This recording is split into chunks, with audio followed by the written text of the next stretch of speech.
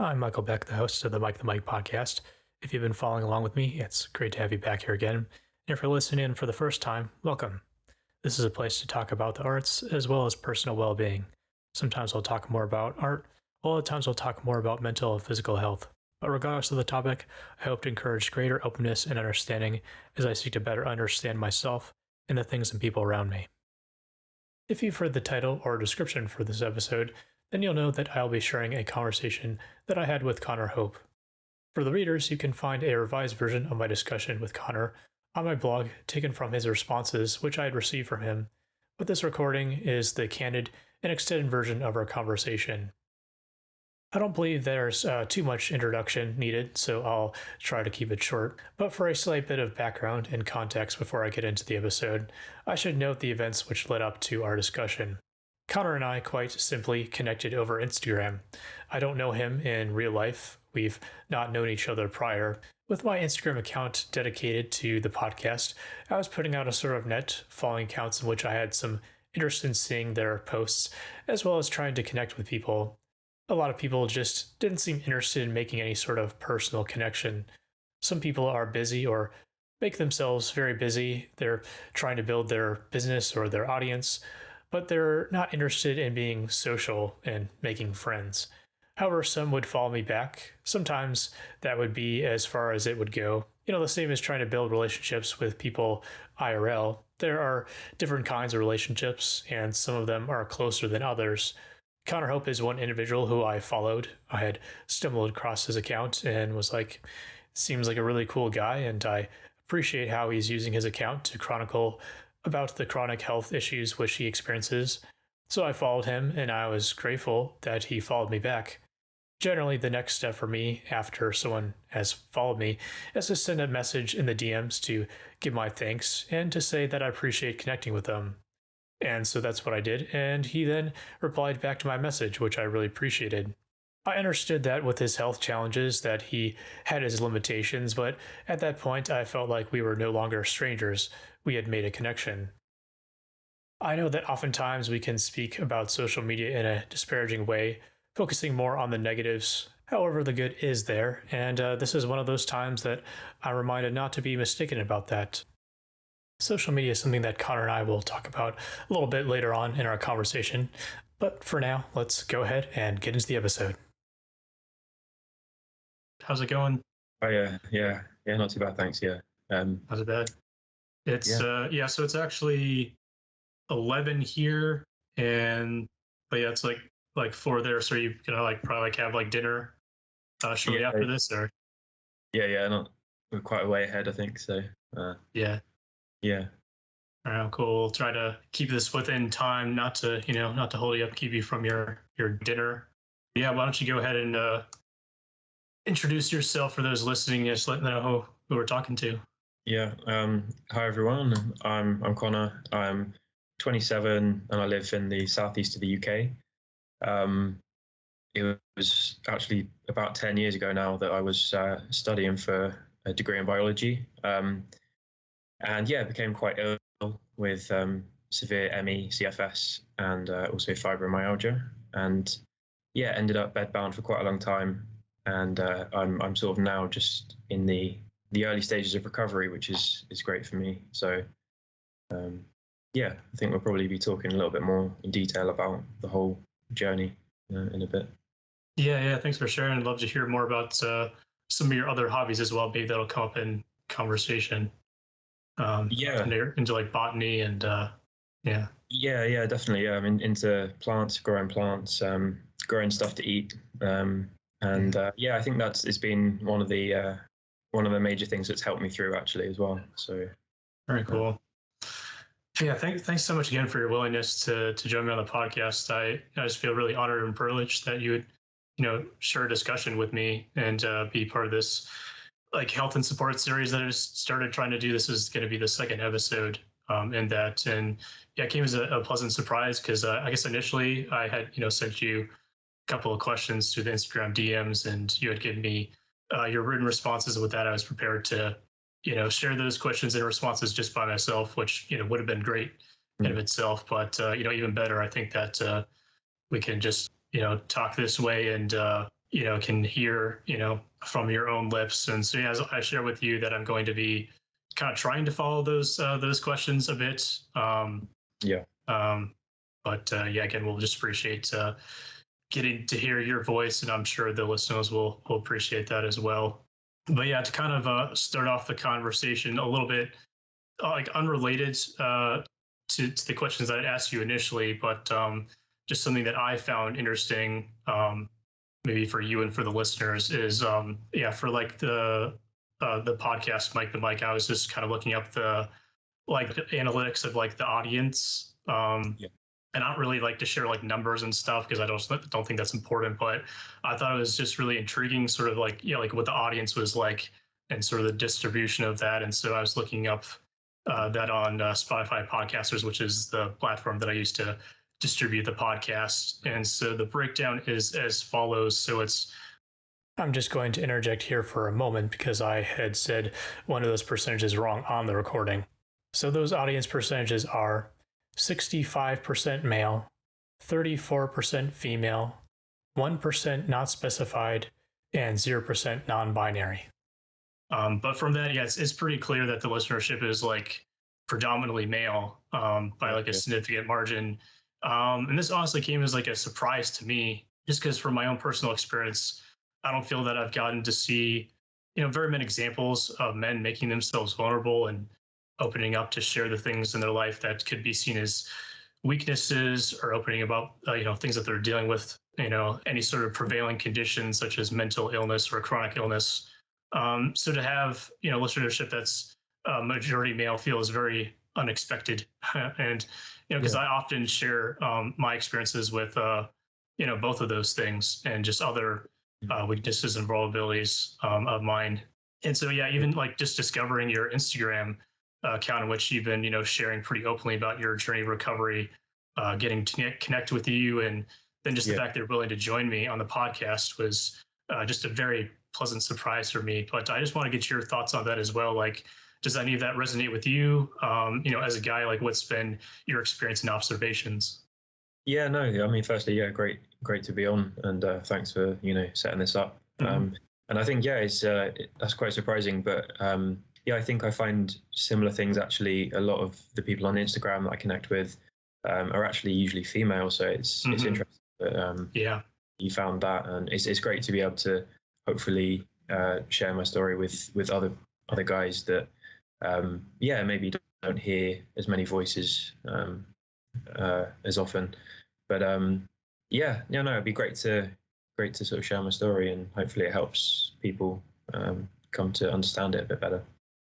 Sure. Yeah. It's good to hear like that's, I figured it wasn't just me, but I didn't want to speak for you and anybody else. So yeah, it's good to hear that, that resonates with you as well. But yeah, in spite of, my perceptions, it's clear that, there are men who are interested in, these kinds of conversations about these subjects, and perhaps even think about these things somewhat often. And would talk about them if perhaps they were given the opportunity and felt that they had people in their life, other men who they could feel safe discussing the things with. So perhaps our conversation could be a part of encouraging someone else to be even a little bit vulnerable about those around them, and particularly the men around them. Yeah, absolutely.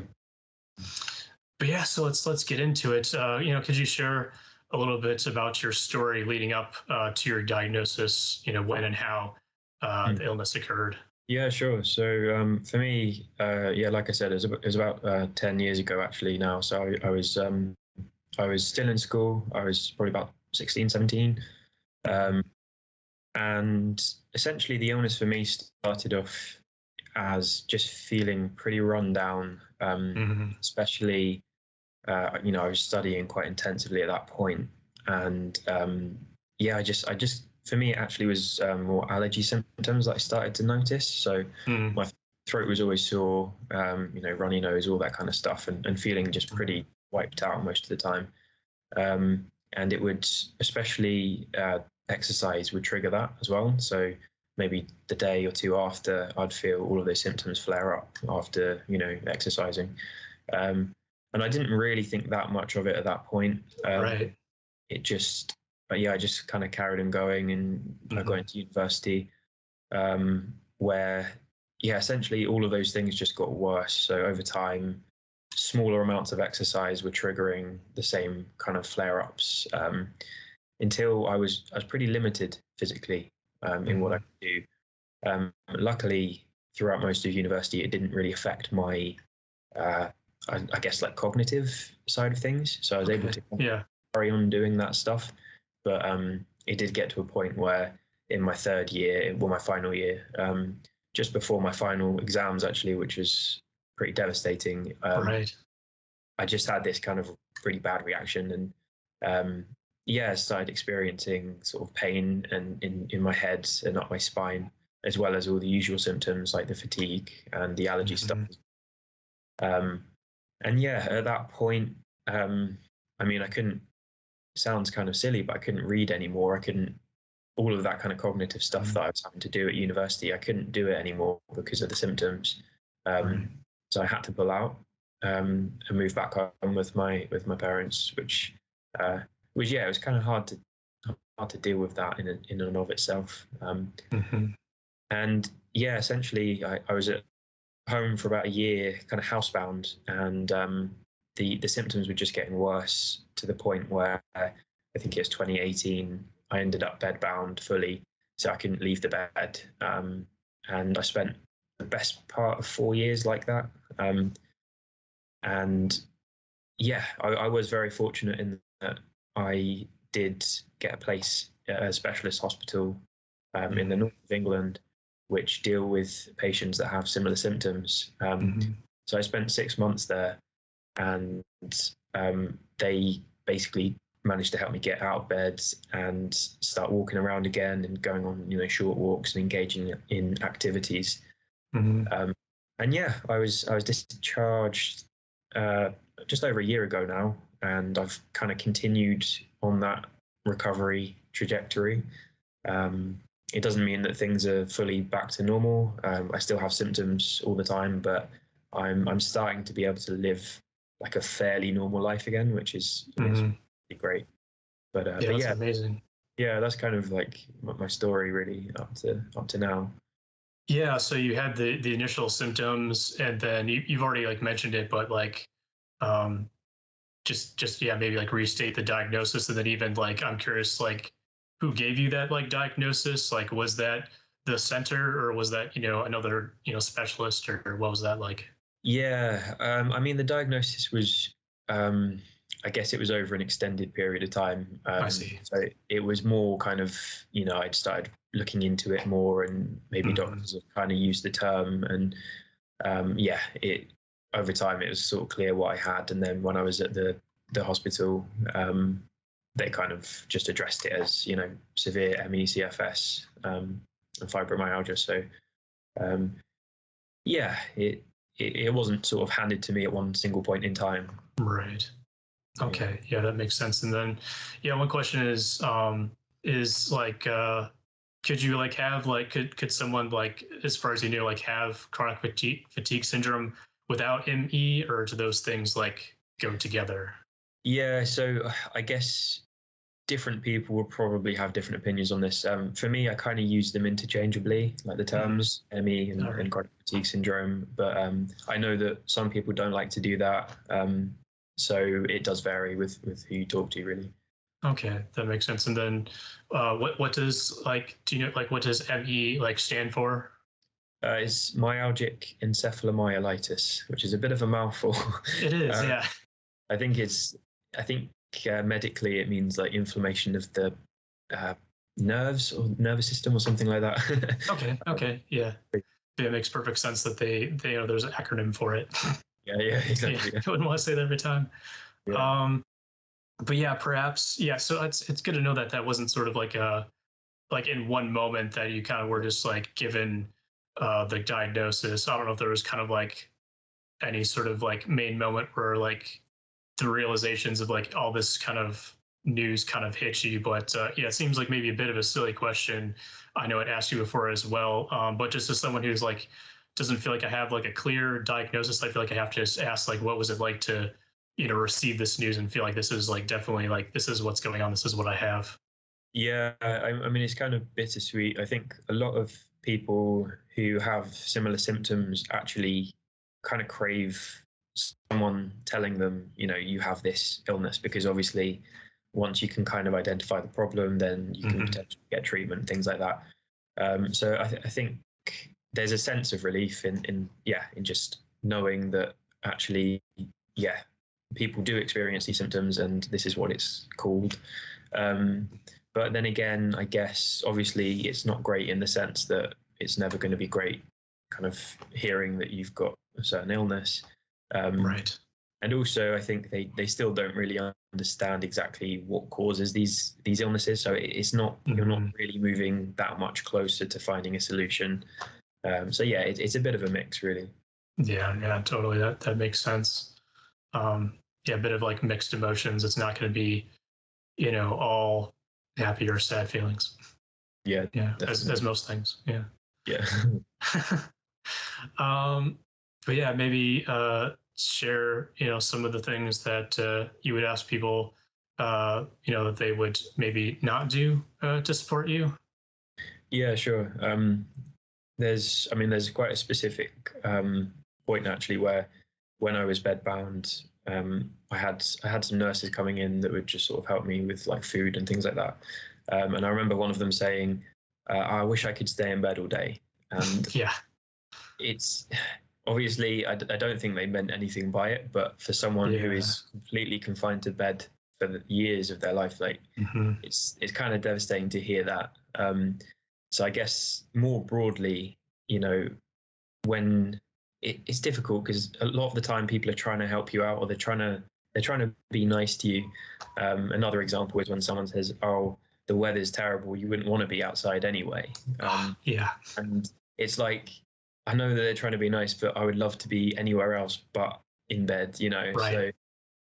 So yeah, I think it'd be nice if people could maybe not do that, but it's, again, they always mean it in a good sort of way. Sure. So yeah, I think that's definitely one of the major things. I think also just when a lot of the time when you're ill, it kind of puts a strain on like family and friends and the kind of whole social aspect of it. And sometimes I'd have to decline going places or seeing Sure. people because of the symptoms. So it's just wanting people not to take that as me saying I don't want to do these things with you, I don't want to go out. It's just that obviously when we have these illnesses, we have to kind of manage that and not do too much. And so yeah, I think just hopefully people can kind of understand that if I have to decline something, it doesn't mean that I don't want to do it. It's just trying to deal with the symptoms.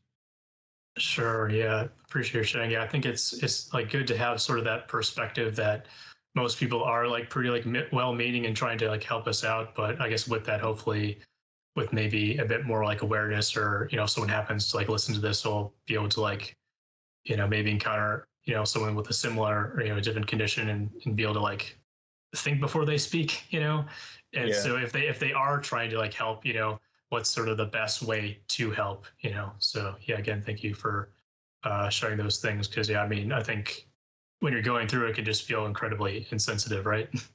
Yeah, it can, and it's difficult because, yeah, like you said, most of the time people are meaning well, but yeah.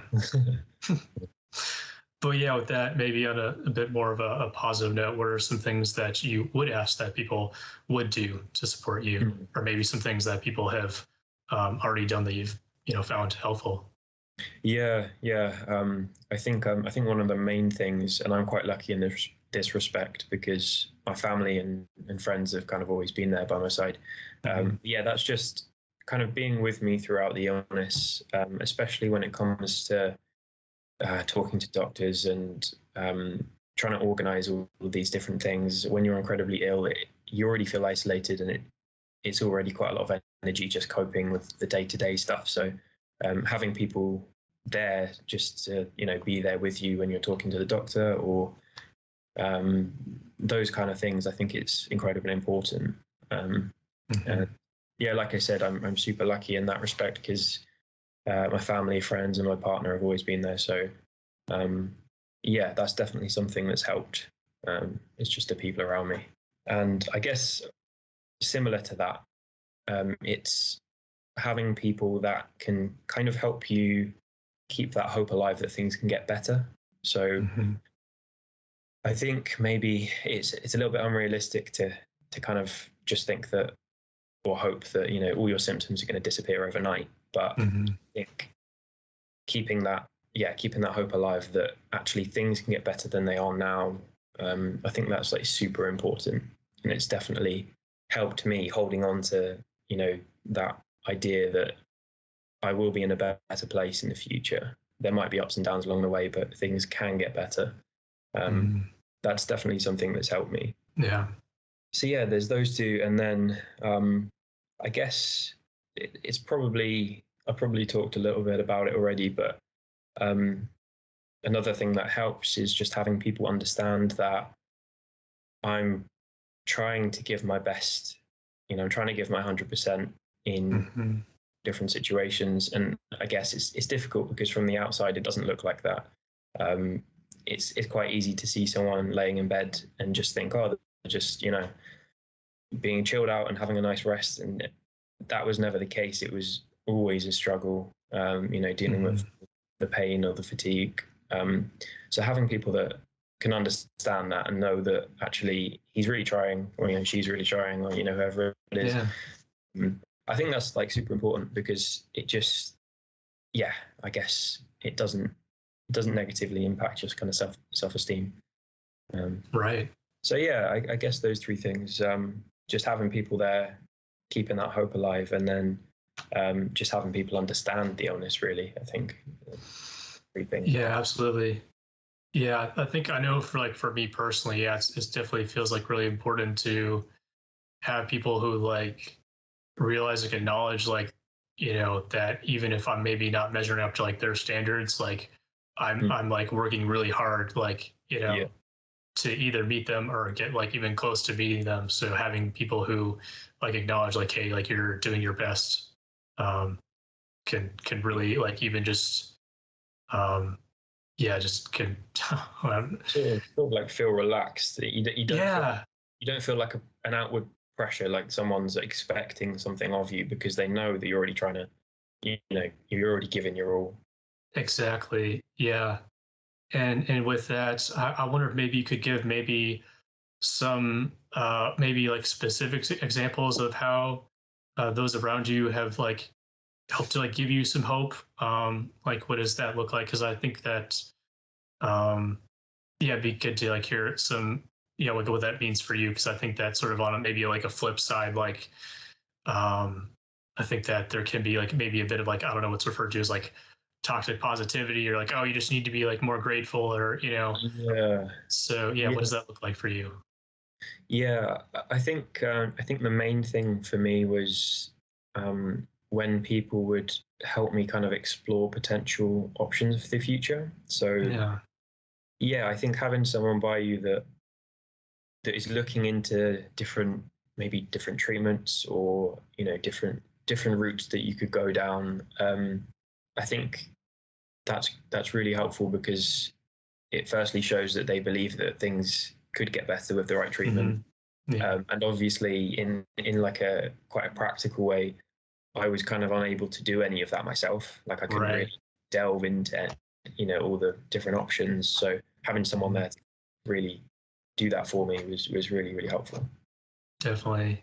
Yeah, thanks for sharing that. And I think that definitely like my own experience, like just like having like the mindset that there's like options and knowing that there's option available, like really can kind of like shake up the kind of like the stuck and stagnant mindset of like, you know, things aren't going to change, or like things are kind of going to be the way that they are, but just knowing that like there are different pathways forward.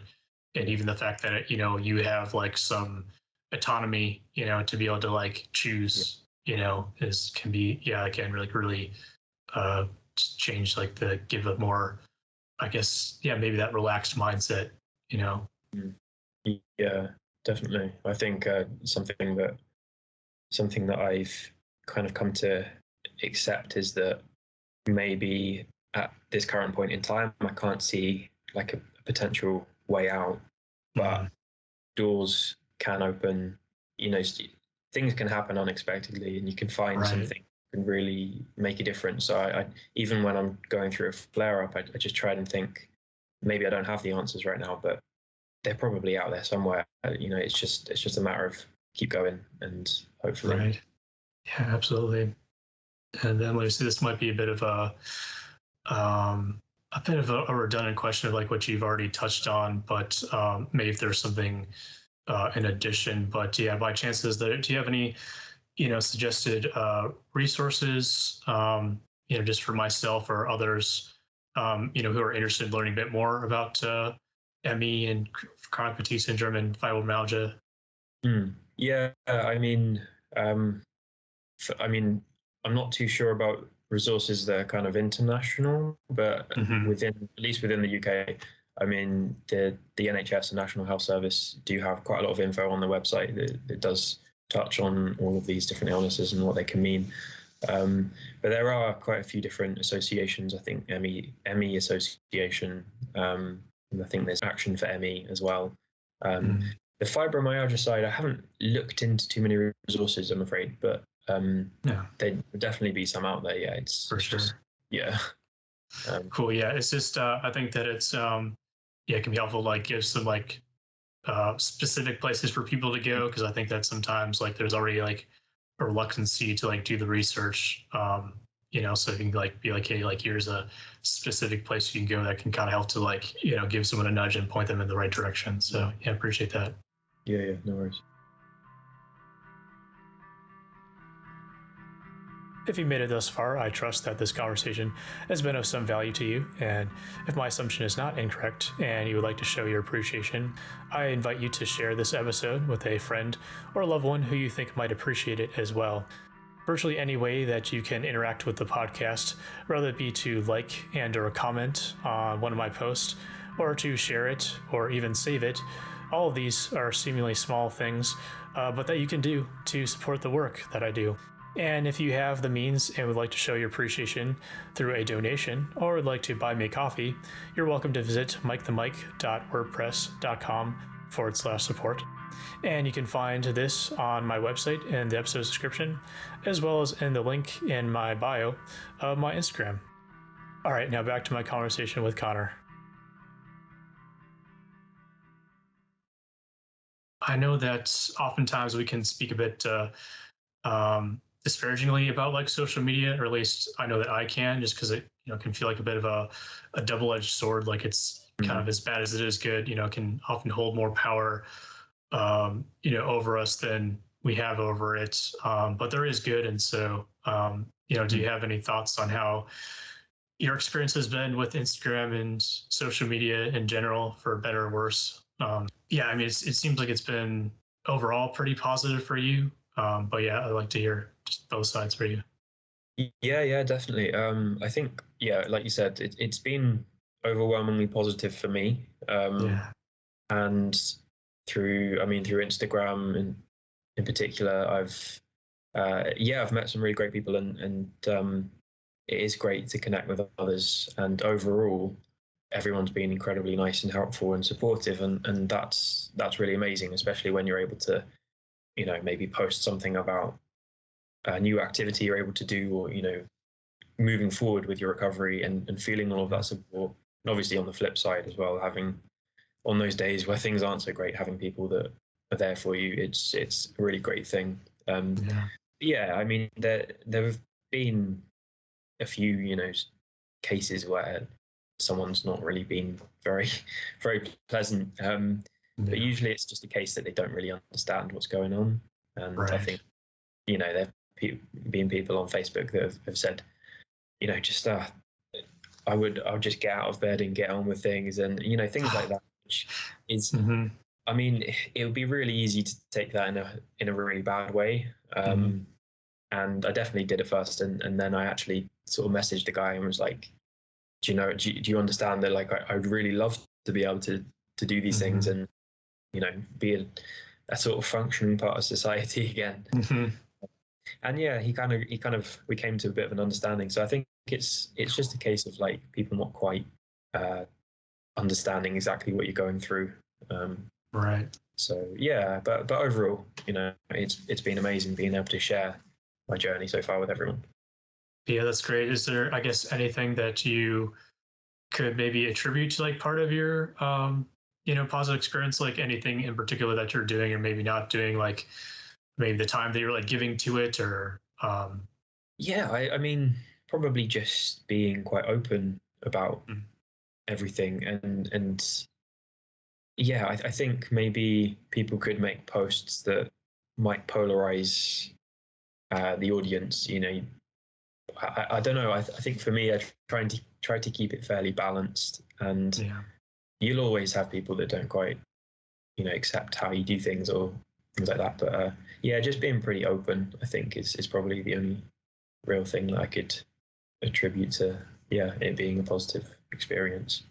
Yeah, yeah, definitely. Yeah, it's interesting you say that being open. I think, yeah, even from my experience, like being more open has been overall like a really positive thing. Is kind of like seems like has like sort of like drawn in, I guess, the right people, which I think is maybe different than maybe some people expect. Because I've heard some people talk about maybe particularly some people are just like, oh, I'm not going to use social media at all, and I can totally respect that.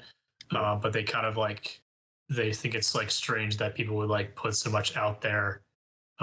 They find that a bit of a peculiar thing. So yeah, I think it's interesting to just because from like your experiences like mine as well, it seems like there is like a little bit of like you get out of it like what you put into it. I think part of that is just like just creating like a space of like just being honest and being real. Yeah, definitely. And yeah, like you said, it's people generally respond quite well to that, at least in my experience. So Yeah. Yeah.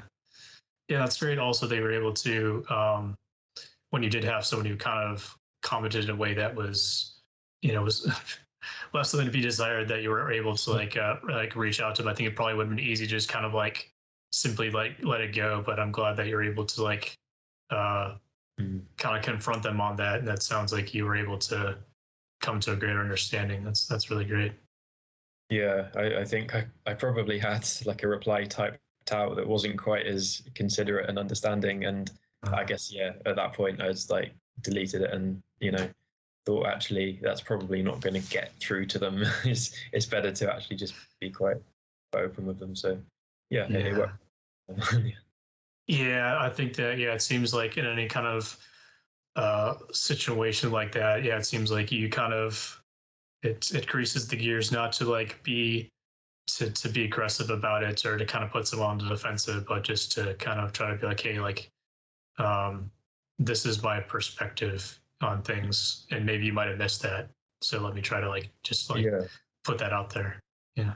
Yeah, definitely. Yeah. And then let's see here. I understand that. I mean, you've talked about staying hopeful about your illness and recovery. Has been really important for you personally, but is that is there anything else? Again, maybe a bit of a redundant question, but is there anything else that you would like maybe want to like pass on, to others, dealing with a similar or the same condition that you have? Yeah, I think so. In terms of things that have really helped me that hopefully could maybe help other people, I guess I should always kind of clarify that I was quite lucky to go into hospital for the 6 months and have a very holistic kind of treatment, if you like, which was a combination of medicine, physio and social engagement, all those kind of things lumped together. So if I'm talking about something that helped me out, it's always good for people to have in mind that actually that was probably just one part of the bigger picture. But yeah, I mean, there are a few things that have really helped me that I think could help other people. One of the things is distraction, and I guess what I mean by it is distraction within your capability. So you're not pushing yourself, you're not doing something that your body can't do, but basically just engaging in something that's quite enjoyable, quite lighthearted and something that just keeps your mind outside the space of the illness that you're in. Because I think, especially like when I was fully bedbound and in quite a lot of pain all day, your mind is just constantly in that space, and it is constantly thinking about it and worrying about the symptoms. And I think probably that isn't really healthy for the nervous system. I think it's kind of like a feedback cycle. The more that you do that, the more that your nervous system is on edge and your body's tense and the symptoms kind of get worse. So I think for me, having something that is really kind of enjoyable and something interesting that you're really interested in is a great thing. And I think it does need to be on the level that your body can cope with. So an example that I always like to give is with when I was fully bedbound, I had at the end of my bed loads of different houseplants that I would care for and water, and it was achievable. It was something that wasn't outside of my capability, right? But it was something that I was interested in and I enjoyed, and it just gave my brain a rest. Basically, it was just letting it enjoy something. And as you go through recovery, those distractions sort of become bigger and for a more extended period of time. But I really think it's been a pillar of my recovery. It's just being quite focused on things that I enjoy. And it sounds quite strange when someone says just try to do things that you enjoy, because it sounds, I don't know, it sounds kind of obvious, but at the same time, I think that's probably only a good thing for your nervous system, to just engage in things that you passionate about or interested in. I mean, maybe to some obvious, but at the same time, maybe quite counterintuitive. I think it takes, I don't know, some kind of like different perspective to allow yourself or give yourself permission to do those things. Cause I think it'd been like really, and I know you had mentioned before, like prior to sort of the onset of like your diagnosis, like you had been pretty kind of like seemed like you kind of been like going and fast paced. And so I don't know how much you were giving yourself permission then to enjoy things. But I think that it's like for all of us, whether we're like dealing with like some sort of illness or not, I think that it's like, I don't know what's like there in like the UK, maybe quite similar, but here, like the States, like at least where I live, it seems like there can be just kind of like a workaholic mentality where it's like you're kind of like your life is like defined by your work. And so you kind of need to just like keep going, keep pushing, and then don't want to like give yourself permission to actually do those things that enjoy, that would maybe give you the rest and the perspective necessarily to actually go back and work, even more productively. Absolutely. It was actually, I think my therapist, when I was in hospital, would talk about that a lot and just sort of say, it's okay not to be, top achieving in whatever field you're interested in. Like, it's okay to give yourself time off. And I think prior to my illness, I really didn't do much of that because I was always so focused on getting where I wanted to be in a career and education. I didn't really give myself a break. And it's definitely something that I've come away from the illness now, knowing that you just got to let yourself have a bit of time off and enjoy stuff. And it's okay if you're not working all the time, basically. So it's basically what you said. So, and certainly, as we discussed, like all we've been going through bedbound and everything is like by no means been like any sort of break, or anything. But I guess with your maybe giving yourself some more time to try, and I'm sure at times it was like an effort to try to do some things that you enjoy, to find those distractions. But have you been able to find some things that maybe you weren't aware of before that you've like come to like realize that you like now enjoy? I mean, Um, I when I was in hospital, I did start painting actually, which is something that it. I guess I enjoyed it, but I always had a feeling of like this isn't a productive thing to do. Mm-hmm. Mm-hmm. But yeah, I guess I let myself just go. Do you know what? Who cares? It's just go with it, and I think that was quite nice. And then I've continued being sort of interested in plants and horticulture and growing stuff, and that's been a super important um, pillar of my recovery. So yeah, Yeah. yeah, it's a good thing. Yeah, I love that you gave yourself mission to do some painting and to do something that that doesn't really feel like it's, I don't know, constructive at all. Like, I think that's something that's been something that I've continued to like learn, and something that's been important for me is to like have things um, that like they seem like seemingly unconstructive at all, but in a way like having that distraction, finding that rest makes it very uh, helpful and important. Yeah, definitely. No. Um, there was, I guess, one other thing that I thought kind of helped me during my recovery, and it's, I guess people differ on their opinions of it and understanding of it, but it's essentially just what I would call pacing. Basically, just Yeah. means just trying to balance, how much I'm doing and my energy levels and my pain Mm-hmm. levels, things like that, and just trying to make sure that I don't, just I don't know. When I was bedbound, if I had just got up and walked down the road or something like that, it would have been kind of a very bad idea because of the flare up that it would have caused. And I think you've just got to be able to manage your energy. And over time, it's meant that I'm just gently increasing my activity. Nothing crazy. I'm not just suddenly doing a load of extra stuff, but it's just like over time, really, really gently, just being consistent with it and increasing stuff. And I think, yeah, I think that's been a major part of my recovery. Yeah, just gently pushing forward with the activity levels, and yeah, I think it's kind of helped get me to where I am in terms of physical stuff. Anyway.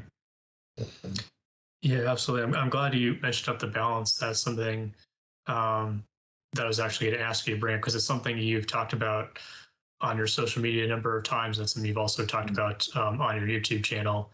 And that's something that's like really resonated with me.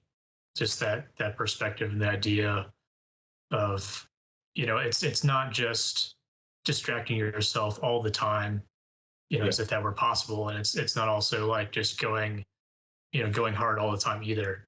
It's that balance that allows you to make that slow, steady progress rather than just being stagnant or burning yourself out. Yeah. Yeah. I think actually it's kind of a metaphor for for the illness in general. I think it's prior to being ill, I was pushing, pushing, pushing, Mm-hmm. and then when the symptoms started to get too much, I kind of just for a bit fully listened to my body, and I didn't do anything, and that quickly got me bedbound, unfortunately. Mm-hmm. So yeah, it was basically you got to find some middle ground, Mm-hmm. and that was what worked for me. I do hear people that they just kind of they're bedbound for I don't know a few months or something, and they kind of like sleep it off, and then they're fine again. But for me, doing completely nothing didn't work. But also, you can't just push, push, push ahead. You've got to find some sort of middle ground where your body's like allowing you to keep making those small incremental increases in activity. Yeah, absolutely. Yeah, I mean, I really hope that that's like something that more people just like be more aware of, and that'd be maybe something that could like uh creep into like just our culture and society more, is this the idea of like actually like listening to our bodies and trying to find that balance. I think that it's like unfortunate that it seems like for some of us, like we have to have an illness, onset of illness to kind of like realize how like that we need to like listen to our bodies, that balance matters. But I think that for so many, they've kind of just fallen asleep to it. They can't hear, what their body is trying to tell them. And yeah, it's like we all need balance, whether we're healthy or not healthy, like wherever situation we're in. But it's like when you're, maybe more healthy, quote unquote, more healthy, it's like you can just get away with, not having that balance and not listening to your body. But I feel like, in one way or another, there's a cost involved. It will kind of catch up to you in some way. yeah, absolutely. Mm. Yeah, maybe touching a bit more on some of those distractions and things that you enjoy. Do you kind of know like kind of how you got turned on to plants and botany? Like, was there, I don't know, a particular moment that maybe, was there someone like kind of introduced you to that, or like what was that like? Um, I think I've always been interested in biology sort of throughout school, and Yeah. quickly realized for some reason that I kind of preferred plant biology over other, human or anything else. And yeah, in my degree, I did kind of specialize in plant biology, so that was always a major thing for me. But it's kind of ironically, I hadn't really grown plants. I hadn't really been Yeah. kind of hands on with it. I hadn't sort of done much sort of horticulture or growing things. So I think that's something that's really come about from going through the illness and realizing how much of a positive impact it seems to have on me, just kind of being outside and being around plants. And I think probably it probably would for most people to some degree, just being in nature. So yeah, it was sort of a gradual thing, but yeah, definitely something that's helped me. Yeah, absolutely. Yeah, I think for me personally, like being out in nature has been like incredibly helpful. And I think there are certainly like studies to back up that being in nature is a positive thing. And I understand like based on people's like backgrounds and just kind of their situation, it can be like harder or not feel as kind of instinctual to get out in nature. So I definitely like try to be like mindful of that. But yeah, I would like, that's something that I would like to encourage people more, is just because it's been so helpful to me, not, for others as well, to just be like, hey, like maybe, you don't spend, hours outside. Maybe you don't do like rigorous activity. I don't know like what it's gonna like look like for someone to get outside, but just the simple fact of like getting outside, doing, whether you're sitting or anything, versus just being, cooped up inside all the time. I think that can be immensely beneficial. Yeah, I think I think it does also just give us perspective a little bit. Right. I know there's certainly times when I walk out into the back garden and just look up at the night sky, and just for a brief minute, it gives you perspective about everything in life, and yeah, I think just makes you realize that all of our kind of human troubles, they're maybe not so important in the grand scheme of things. Yeah. But yeah, I think nature has a good way of kind of humbling us and giving us perspective. Yeah, absolutely. I'm glad you mentioned that. Yeah, I think that's definitely been a big thing for me, is like something about getting outside helps me to kind of get outside of my head in a way. Yeah. Yeah. And just just to see things just kind of continuing on and kind of doing, nature being nature, like, the birds and all the other like little creatures, like they're not really concerned or bothered by, my personal concerns or even sort of the more uh, cultural concerns. They're just, they're just, living their bird life or whatever, is doing their, thing. So yeah. Yeah. And I suppose even, plants as well, though it's maybe not quite as visually active, like sort of they know they're living as well, and they're, like, I'm sure there's like perspective to be gleaned from even the plants as well. Yeah, definitely. Cool. Yeah. So you've kind of here and there sort of touched on sort of your recovery and the fact that you're no longer bedbound, which is amazing. But would you maybe kind of just catch people up a little bit? Because I know you've kind of, again, on your social media and on YouTube, you've been kind of giving updates on sort of like where you're at now. But for those like tuning in, maybe kind of just let them know kind of presently like what's kind of your situation like, what do you got going on? Yeah, sure. Yeah. So I mean, I'm still living at home with my parents, so that hasn't changed yet. But no shame in that. Yeah. But yeah. So I'm managing to do some volunteering throughout the week. So probably sort of 6 or 7 hours in total volunteering, and that's just at sort of that's basically gardening. It's there's a community gardens, and then there's like an English heritage gardens that I'm volunteering at as well. So that's been really nice. I'm also able to go to the gym a couple of times a week. I mean, it's fairly light, it's not anything crazy, but that's been really good.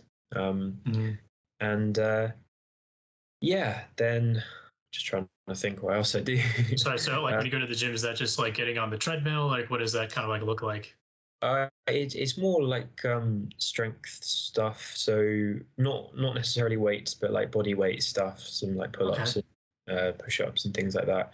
I mean, when I was at university, I was pushing myself quite a lot in that respect. I was like really trying to, gain muscle and things like that. And I think that probably didn't help my overall situation because I was constantly like pushing myself forward, and my body was not in a brilliant place to kind of do that stuff. But yeah, no, just some body weight exercises and stuff like that. And like I was saying about the whole pacing thing, that's I'm building that up in a very, very gradual way, and consistently increasing by small amounts. But so yeah, that's sort of the stuff at the gym. And I've done like a few kind of, I don't know, a few hour gardening jobs for a few different people. So earning like a little bit of money, like occasionally. But yeah, I mean, in September, I'm actually starting a horticultural course, which it's only part time. I think it's like a day and a half a week. But I'm going to kind of use that as a stepping stone to then either get back into work or get back into education.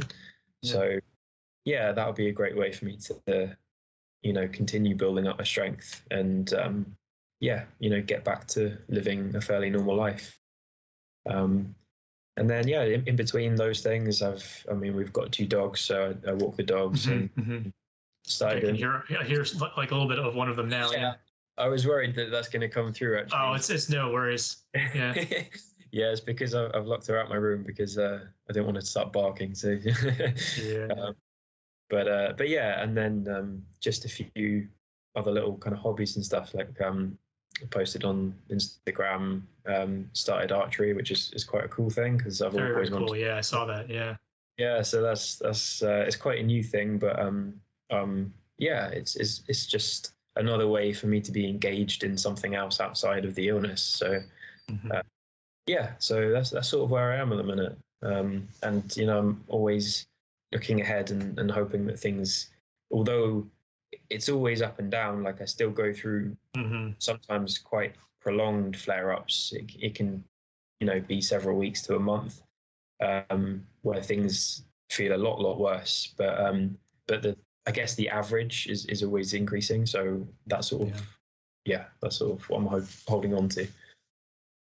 Yeah. Well, thank you so much for sharing that. And yeah, I mean, I think it's like, it's again, going back to like that balance, like, it's good to be able to like present, like where we're at and kind of accept, that we might be experiencing something for a prolonged period of time, but also at the same time, like keeping that hope, that we could discover something and, things could improve, things could be differently, or even along the way that we could, discover, some positive, distractions that can turn into, passions and hobbies, and, who knows where that can take us. So yeah, exactly. I think just being consistent with the small things can really add up, because my entire recovery, it's never been like taking a medicine and then I'm healed. It's been the accumulation of so many tiny little changes that's helped me get to where I am. So yeah, I think it's good for people to kind of know that it's not an overnight thing, and but it can happen. Yeah, I love that. Well, I guess as the last bit, maybe if you'd like, let people know where they can, find you and hear more of your story and recovery. Yeah, sure. So my Instagram is bedbound botany, which I know it's technically not true now because I'm not bedbound anymore, but Yeah. I haven't got around to sort of wondering if I should change that yet. But Do you think you might, or? I think I might, but I want to still encapsulate. I don't know. I'm not sure what name I'd go for, but yeah, I might change that in the future. Yeah. And then, I do post occasionally on YouTube about my health, which is just my name, Conor Hope. So yeah, I just occasionally post updates and videos on there. But yeah, I think mostly Instagram is where I keep people updated with stuff. Yeah. So yeah, it's great to interact with people there. Yeah, it's great. I'll be leaving those in the description for the episode. But like I said, it's just been really cool to connect with you and to have you sharing, and just to, even though it's like different than like what I'm going through, like it still resonates, and I still appreciate just your hope and just your perspective on your situation and just how it is. Like, yeah, I mean, I think regardless of like what we're going through, there's still an opportunity to glean and to just gain a different perspective. Yeah, no, thanks for having me on, and it's really great that you're able to kind of share people's stories, and yeah, so keep doing what you're doing. Thank you. Cheers. Yeah, cheers. Thank you for tuning in to Mike the Mike.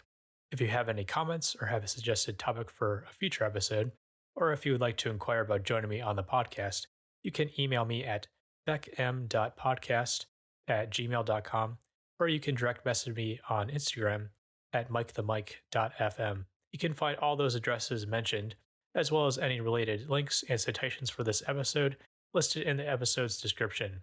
Until next time, stay well and take care.